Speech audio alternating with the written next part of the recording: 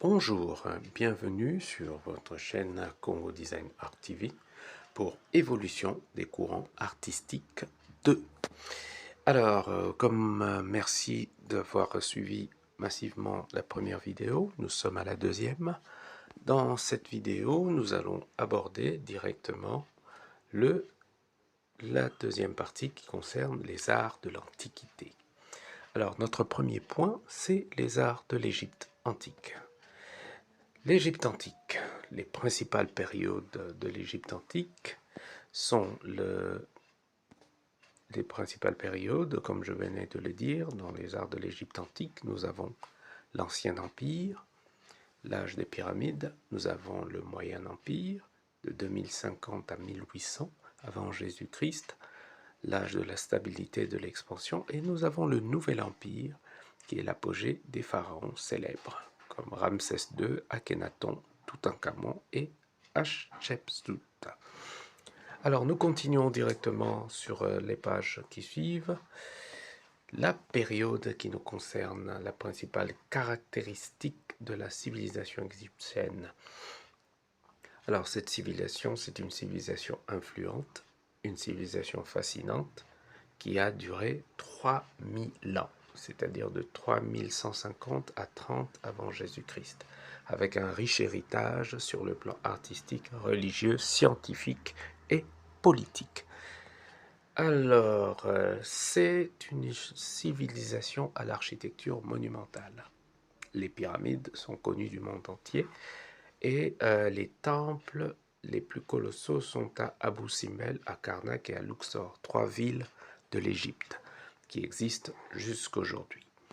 Alors nous passons directement, parmi les principales caractéristiques, on continue, c'est une civilisation construite autour du Nil, le fleuve Nil et le fleuve sur lequel l'Égypte s'est bâtie.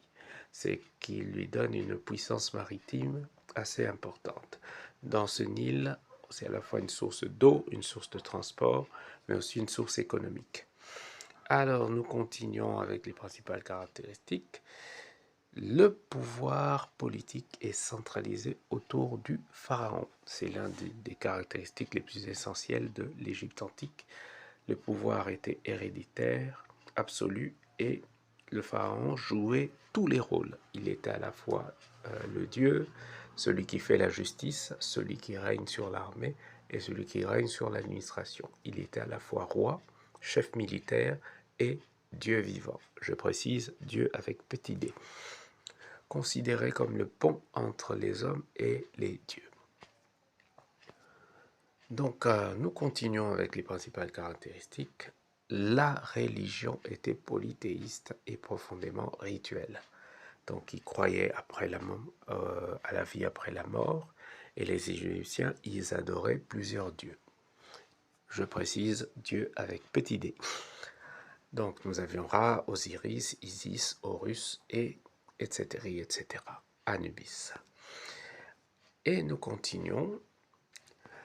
Voici la hiérarchie politique de l'Égypte antique. Donc c'est une société qui était d'abord en premier lieu au sommet, il y avait le pharaon, en deuxième position la noblesse et les prêtres, la troisième les scribes, en quatrième les artisans et les commerçants, en cinquième les paysans et après les esclaves. Chacun avait un rôle bien défini et l'ordre social était fondamental. Sur l'image, vous pouvez voir la hiérarchie avec les différentes cadres sociales. Nous continuons donc cette série sur l'Égypte. C'est une civilisation avec un savoir-faire technique et scientifique reconnu. Donc on ne peut pas parler de l'Antiquité sans parler de l'Égypte, parce qu'ils ont créé beaucoup de choses. Le papier avec les papyrus, les outils, les bijoux, les cosmétiques et même des instruments de mesure. Leur maîtrise de l'architecture, des mathématiques, de l'astronomie, de la médecine fait d'eux une civilisation très avancée. Nous continuons donc cette série avec l'Égypte antique. Alors, il y a une très haute culture artistique. On retrouve des fresques murales, des bijoux, des meubles, et puis des rituels. Et l'art visait à représenter le monde selon l'ordre sacré. C'est très important chez les Égyptiens. L'art était codifié, symbolique et destiné à l'éternité. Et ça racontait la vie de l'éternité. Alors au niveau de l'architecture, l'Égypte antique est une civilisation très riche qui nous donne des caractéristiques très importantes. On retrouve les temples, les pyramides, les mastabas et les tombes royales. L'usage des pierres comme le granit, le calcaire était fréquemment utilisé. Dans l'heure, tant qu'il n'y avait pas de ciment, il y avait beaucoup de pierres. En sculpture, nous avons également une caractéristique essentielle. On retrouve les sculptures en bois, en pierre, qui représentent les dieux, les rois, les reines et les personnages de la noblesse. Donc si vous étiez dans la noblesse, on vous ferait une statue. Les personnages étaient souvent vus de face. Et au niveau des peintures, nous avons des caractéristiques, 3. Les peintures étaient utilisées pour les tombes et ça illustrait la vie quotidienne. Les couleurs les plus utilisées étaient le vert, le bleu, le rouge. Les visages étaient souvent de profil, avec un œil de face, et les jambes de profil. Parlons maintenant du costume. Nous venons de terminer la partie art et nous entrons dans le costume. Alors, comment s'habiller à l'époque de l'Égypte antique? Vous avez ici une image qui vous montre, pour ceux qui ont suivi la vidéo précédente, on a parlé des types de costumes. Fermés, yeux fermés, drapés, etc., etc. Si vous avez la réponse à l'image que vous voyez, vous écrivez en commentaire. Ça, c'est quel type de costume? Merci beaucoup. Et donc nous continuons, nous avions les caractéristiques du costume égyptien, c'était le lin qui était le plus utilisé. Le lin, pour confectionner le vêtement était très simple, adapté au climat chaud et souvent en une seule pièce, drapé autour du corps. Donc la réponse, je crois que vous l'avez entendu. Alors pour les hommes, voilà ce que nous avions. Donc à votre gauche ou à votre droite, vous avez des costumes hommes qui étaient très marqués par avec des détails en or, avec du lin. Et si vous regardez, il y avait des ceintures dorées et des ceintures toutes simples. Caractéristique essentielle, les hommes portaient le pagne, appelé shanti, parfois complété par une tunique ou une cape. Les hauts dignitaires portaient des pagnes plissées. Donc voilà, vous avez la différence entre un homme sans fonction et quelqu'un qui avait des fonctions. Celui qui est à votre gauche avait beaucoup de fonctions. Ici, nous avons un autre exemple de haut dignitaire avec une ceinture dorée et puis une cape, donc un élément plissé. Ici, au niveau féminin, nous avons le costume au féminin qui, lui, a déjà des couleurs très bien prononcées. Vous avez à gauche du lin pour les personnes qui ne sont pas des dignitaires et vous avez à votre droite une femme qui est considérée comme dignitaire. Caractéristiques. Les femmes portaient des robes moulantes, souvent à bretelles, faites de lin. Donc sur l'image de gauche, vous voyez la première, elle est à bretelles et les autres sont moulantes. Voici encore une autre des typologies du vêtement féminin avec des éléments moulants qui étaient repris en damier. Et merci à vous pour la suite de Congo Design Art TV et nous enchaînons directement avec la Grèce antique. N'oubliez pas de vous abonner, de partager au maximum pour ceux qui aiment les arts et le costume. Alors, au niveau de la Grèce antique, nous avons beaucoup de choses à voir. Première caractéristique des arts de la Grèce antique, c'est d'abord des arts qui aiment les proportions harmonieuses.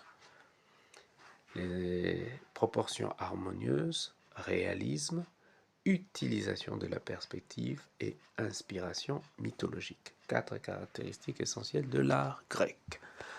Alors, pour les détails, nous continuons. Ici, l'art grec est subdivisé en différentes disciplines. Nous avons la sculpture, l'architecture, la céramique, la musique, la religion et même le sport.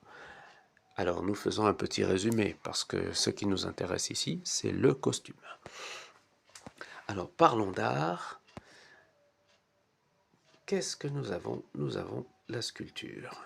Quelques particularités. Dans l'Antiquité grecque, les hommes étaient principalement représentés nus. On appelait ce genre d'homme un kouros. Et pourquoi ils étaient nus? C'est parce qu'on aimait beaucoup le sport et on pense que la nudité était liée à l'activité sportive. Un sportif devait être nu. Et nous avons ici deux exemples de statues. La première que vous voyez en féminin est une statue célèbre, très très célèbre. La seconde aussi. Donc on dit la Vénus de Milo. Et nous continuons avec les sculptures. Nous avons la deuxième plus grande caractéristique ou l'apport, c'est le canon grec de la représentation humaine. Aujourd'hui, même jusqu'aujourd'hui, pour dessiner le corps humain, on utilise ce canon. Les canons, c'est une règle, c'est une norme que les Grecs ont créée pour la représentation du corps humain et pour ce qu'ils appelaient un corps humain beau. Alors, selon le principe, vous avez 7 hauteurs-tête pour un corps humain et vous avez 8 hauteurs-tête. Alors, c'est la norme qui dit que votre tête est inclue dans votre corps 7 à 8 fois. Et ça permet de diviser. Donc, si vous n'êtes pas dans cette norme-là, les Grecs considéraient que vous n'étiez pas beau, vous n'étiez pas élégant, vous n'étiez pas dans les critères de beauté. Alors nous continuons directement avec l'architecture. Particularité essentielle, la simplicité, la proportion, la perspective et l'harmonie des bâtiments. Alors les Grecs, ils nous ont emmené les stades. Tous les stades que nous connaissons aujourd'hui viennent de la Grèce antique. Ils nous ont emmené les temples, les théâtres et l'amphithéâtre. Voilà un exemple de temple et voilà un exemple de théâtre. Et nous continuons, donc nous avons au niveau de l'architecture tous ces éléments qui étaient repris, temple et théâtre. Et nous continuons donc avec la particularité de l'architecture. Nous avons l'amphithéâtre qui est le double du théâtre. Alors c'est quoi un amphithéâtre? Dès que vous entendrez ce mot-là, il y a deux éléments essentiels à savoir. L'amphithéâtre, c'est un vaste édifice circulaire à gradins étagés. Les gradins, quand vous allez au stade, vous avez des gradins. Donc là où les gens se mettent et c'est superposé. Donc au niveau de l'amphithéâtre, les gradins sont étagés et occupés au centre par une arène. Comme vous pouvez le remarquer, ces derniers temps, on dit aréna. Alors l'aréna, ça rappelle l'arène de la Grèce antique. L'amphithéâtre est aussi une salle de cours en gradin dans une université. Voilà un exemple d'amphithéâtre. Alors au niveau de la céramique, qu'est-ce que nous avons? Nous avons la céramique de la Grèce antique, qui est parmi les plus anciennes, qui avait plusieurs caractéristiques. Et nous rappelons que la céramique, c'est d'abord une discipline qui s'occupe de la fabrication des objets en terre cuite. Si l'objet n'est pas en terre cuite, c'est pas céramique. Il y a terre cuite, il y a faïence, il y a grès et il y a porcelaine. Tout ce qui est en porcelaine, en grès, en faïence et en terre cuite, ça s'appelle céramique. Voici un exemple de céramique grecque. Nous avons la céramique avec les motifs, nous avons la céramique à visage noir. Donc tous les visages sur cette céramique sont noirs. Et nous avons la céramique à visage rouge. Alors, ce sont des vases qu'on appelle des amphrones. Ce sont des vases très connus de la Grèce antique. Nous allons dans la religion. Voici donc quelques particularités essentielles. Il y avait 12 divinités dans la Grèce antique. La première s'appelait Aphrodite. Elle est connue pour être la déesse de l'amour et de la beauté. Et il y a beaucoup d'histoires autour d'elle. Nous avons Artémis, Athéna et Dionysos. Artémis, c'est la déesse du monde sauvage. Athéna, c'est la déesse des armes et de la sagesse. Dionysos, c'est le dieu du vin et du théâtre. Il aimait beaucoup l'amusement. Nous avons Hadès, le dieu des enfers. Ceux qui ont regardé le dessin animé Hercule ou les films d'Hercule se souviennent. Nous avons Héphaïstos, le dieu forgeron. Lui taille. Nous avons Apollon, Arès et nous avons Hermès. Comme vous le remarquez, ça vous rappelle une marque de mode. Hermès, c'est le messager de Dieu. Et nous avons Poséidon. Et le dernier, qui est le premier, Zeus, le roi des dieux de l'Olympe. Alors, il est le frère de Poséidon et d'Hadès. Donc, dans la divinité, c'était comme une famille. Il y avait le père, il y avait le frère, la sœur, la tante, et puis l'oncle, etc., etc. Et donc, nous vous remercions de suivre Congo Design Art et nous vous donnons rendez-vous pour le prochain numéro.